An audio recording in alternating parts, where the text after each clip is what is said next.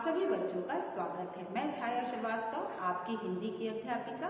आज हम लोग पढ़ेंगे हिंदी व्याकरण अध्याय 12 विराम चिन्ह। ठीक है, आज हम लोग क्या पढ़ेंगे? अध्याय 12 विराम चिन्ह। सबसे पहले हम लोग जानते हैं कि विराम का अर्थ क्या होता है। विराम का अर्थ होता है रुकना। विराम का क्या अर्थ होता है? विराम का अर्थ होता है रुकना। अपनी बात कहते समय कभी हम थोड़ा रुकते हैं, कभी ज्यादा रुकते हैं, कभी प्रश्न भी करते हैं कि नहीं करते हैं। इसी रुकने को विराम कहते हैं। क्या कहते हैं बेटा? इसी रुकने को विराम कहते हैं। ठीक है, इन विरामों को लिखते समय हम कुछ चिन्हों का भी प्रयोग करते हैं ना। विरामों को लिखते समय हम कुछ चिन्हों का प्रयोग भी करते हैं। वे विराम चिन्ह कहलाते हैं। वे क्या कहलाते हैं?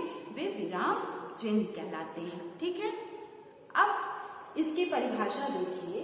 पढ़ते या लिखते समय अपनी बात को सही प्रकार से समझाने के लिए हम जिन चिन्हों का प्रयोग करते हैं उन्हें विराम चिन्ह कहते हैं। पढ़ते या लिखते समय अपनी बात को सही प्रकार से समझाने के लिए हम जिन चिन्हों का प्रयोग करते हैं उन्हें विराम चिन्ह कहते हैं। आ गई बात समझ में कि विराम चिन्ह किसे कहते हैं? आ गई ना। अब हम लोग जानते हैं विराम चिन्ह के प्रमुख प्रकार के बारे में। विराम चिन्ह के तो बहुत सारे प्रकार हैं, परंतु आपके बुक में विराम चिन्ह के कुछ प्रमुख प्रकार दिए हुए हैं जिन्हें हम लोग जानते हैं। आइए, सबसे पहले दिया है बेटा पूर्ण विराम, दूसरा दिया है अल्प विराम और तीसरा दिया है प्रश्नवाचक चिन्ह और चौथा दिया है विस्मयादि बोधक चिन्ह।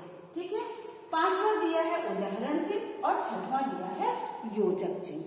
6 प्रमुख प्रकार के बारे में बताया गया है। तो सबसे पहले हम लोग जानते हैं कि इसका चिन्ह किस प्रकार से होता है। ठीक है, तो पूर्ण विराम का चिन्ह बेटा इस प्रकार से होता है, जिसे आप खड़ी पैरवी कहते हैं। पूर्ण विराम का चिन्ह इस प्रकार से होता है। पूर्ण मीन्स पूरा रुको। ठीक है ना, विराम मीन्स रुकना, पूर्ण मीन्स ज्यादा मीनिंग पूरा रुको। इस चिन्ह का प्रयोग वाक्य को पूरा करने के लिए किया जाता है। इस चिन्ह का प्रयोग वाक्य को पूरा करने के लिए किया जाता है। जैसे मैं आपको उदाहरण देके समझा रही हूँ। राम जैसे राम एक लड़का है। राम एक लड़का है, वाक्य पूरा हुआ, पूर्ण विराम लगा दिया, यानी कि पूर्ण विराम लगा दिया गया तो एक वाक्य पूरा हो गया। आगे बात समझिए। दूसरा भी देखिए, हम कल स्कूल गए थे, वाक्य पूरा हुआ और पूर्ण विराम लगा दिया गया। ठीक है, तो आपको पूर्ण विराम के बारे में समझ में आ गया। अब हम लोग जानते हैं अल्प विराम। अल्प मीन्स होता है बेटा थोड़ा रुकना। अल्प मीन्स थोड़ा और विराम मीन्स होता है रुकना। अल्प विराम का चिन्ह इस प्रकार से होता है, जिसे आप हमेशा लगाते हैं, अपनी कॉपी में हमेशा लगाते हैं। अल्प मीन्स होता है थोड़ा और विराम मीन्स होता है रुकना। अब इस चिन्ह का प्रयोग वाक्य के बीच में थोड़ा रुकने के लिए किया जाता है। इस चिन्ह का प्रयोग वाक्य के बीच में थोड़ा रुकने के लिए किया जाता है। जैसे मैं फिर से आपको बताती हूँ। जैसे देखिए, अमित, मैंने अमित का नाम लिया, अल्प विराम लगा दिया। अमित, फिर थोड़ा रुका और खड़े हो जाओ। खड़े हो जाओ। ठीक है, और पूर्ण विराम लगा दिया, यानी कि अल्प विराम, अमित के बाद अल्प विराम लगाया, खड़े हो जाओ, पूरा सेंटेंस पूरा हो गया और पूर्ण विराम लगा दिया। ठीक है, एक और देखिए, अमित अल्प विराम माला और राम मेला देखने गए। ठीक है बेटा, अमित, माला और राम मेला देखने गए। बात तो पूरा हो गया, पूर्ण विराम लगा दिया गया। यहाँ पे अमित अल्प विराम, अमित के बाद थोड़ा रुकना है, फिर माला और राम मेला देखने गए। ठीक है, अब हम लोग आते हैं प्रश्नवाचक चिन्ह। प्रश्नवाचक चिन्ह इस प्रकार से होता है। ठीक है बेटा, प्रश्नवाचक चिन्ह किस प्रकार से होता है? प्रश्नवाचक चिन्ह इस प्रकार से होता है। ठीक है, प्रश्नवाचक चिन्ह प्रश्न लिखते समय वाक्य के अंत में लगाया जाता है।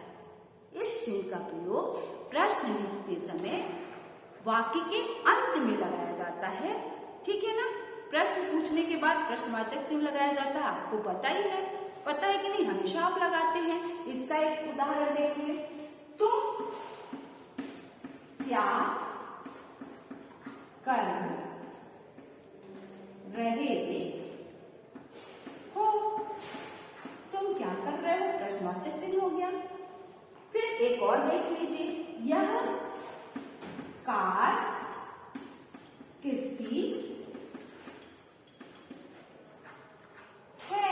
प्रश्नवाचक चिन्ह। प्रश्न पूछने के बाद प्रश्नवाचक चिन्ह लगाया जाता है, ये आपको भी पता है। अब अगला दिया है विस्मयादि बोधक चिन्ह। क्या दिया है बेटा? विस्मयादि बोधक चिन्ह। इसका चिन्ह किस प्रकार से होता है? इस प्रकार से होता है। ठीक है, इसका चिन्ह इस प्रकार से होता है। इस चिन्ह का प्रयोग हर्ष, दुख, आश्चर्य, घृणा आदि भावों को व्यक्त करने के लिए किया जाता है। ठीक है ना, हर्ष, दुख, आश्चर्य, घृणा आदि भाव को व्यक्त करने के लिए किया जाता है। ठीक है, जैसे देखिए, जैसे यदि आप प्रथम आ जाते हैं तो मम्मी आपको शाबाशी देती हैं और कहती हैं, क्या कहती हैं? शाबाश, तुमने कर दिखाया। बहुत प्रशंसित होके, बहुत हर्ष में वो कहती हैं, आपको शाबाशी देती हैं तो कहती हैं शाबाश, शाबाश। कौन सा चिन्ह लगाए? विस्मयादि बोधक चिन्ह लगाए। तुमने कर दिखाया। ठीक है बेटा, तुमने कर दिखाया। एक और देख लीजिए, जब आप बहुत किसी सुंदर चीज को देखते हैं तो आपके मुंह से निकल जाता है, वाह कितना सुंदर है। अगर आपने बहुत सुंदर कार को देखा तो आपके मुंह से निकला, वाह कितनी सुंदर कार है। ठीक है, पूर्ण विराम लगा दिए। ठीक है बेटा, आगे बात समझे। अब हम लोग आते हैं, या कोई ऐसी चीज आप लोग देखें, अजूबा चीज जिसको आपने कभी नहीं देखा, आश्चर्य में कभी आप, अरे ये क्या है, मतलब ऐसे हर्ष दुख में ये चिन्ह लगाया जाता है। ठीक है, अब हम लोग आते हैं उदाहरण चिन्ह। उदाहरण चिन्ह इस प्रकार से होता है, इस प्रकार से होता है। ठीक है, आप लोगों ने लगवाया होगा, आप लोगों ने ऐसे चिन्ह देखे भी होंगे। अब उदाहरण चिन्ह, इस चिन्ह का प्रयोग किसी के कथन को ज्यों का त्यों लिखने के लिए किया जाता है। इस चिन्ह का प्रयोग किसी के कथन को ज्यों का त्यों लिखने के लिए किया जाता है। जैसे देखिए, जैसे आप देखिए, जैसे पिताजी ने कहा,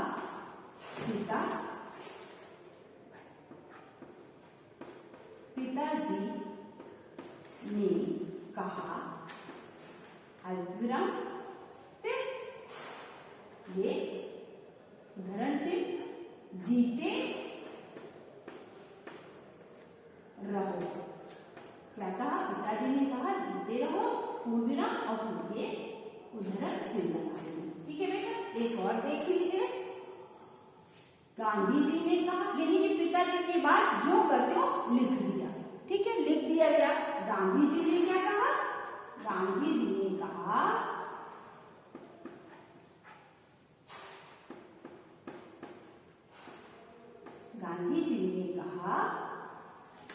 करो या मरो। ठीक है, गांधी जी ने कहा करो या मरो। ये भी आपकी समझ में आ गया होगा, आ गया होगा। अब हम लोग आते हैं योजक चिन्ह। योजक चिन्ह का प्रयोग दो शब्दों को जोड़ने के लिए किया जाता है। योजक चिन्ह का प्रयोग दो शब्दों को आपस में जोड़ने के लिए किया जाता है। जैसे देखिए, जैसे जीवन में, जीवन में सुख, योजक चिन्ह लगाए, दुख, सुख दुख आते,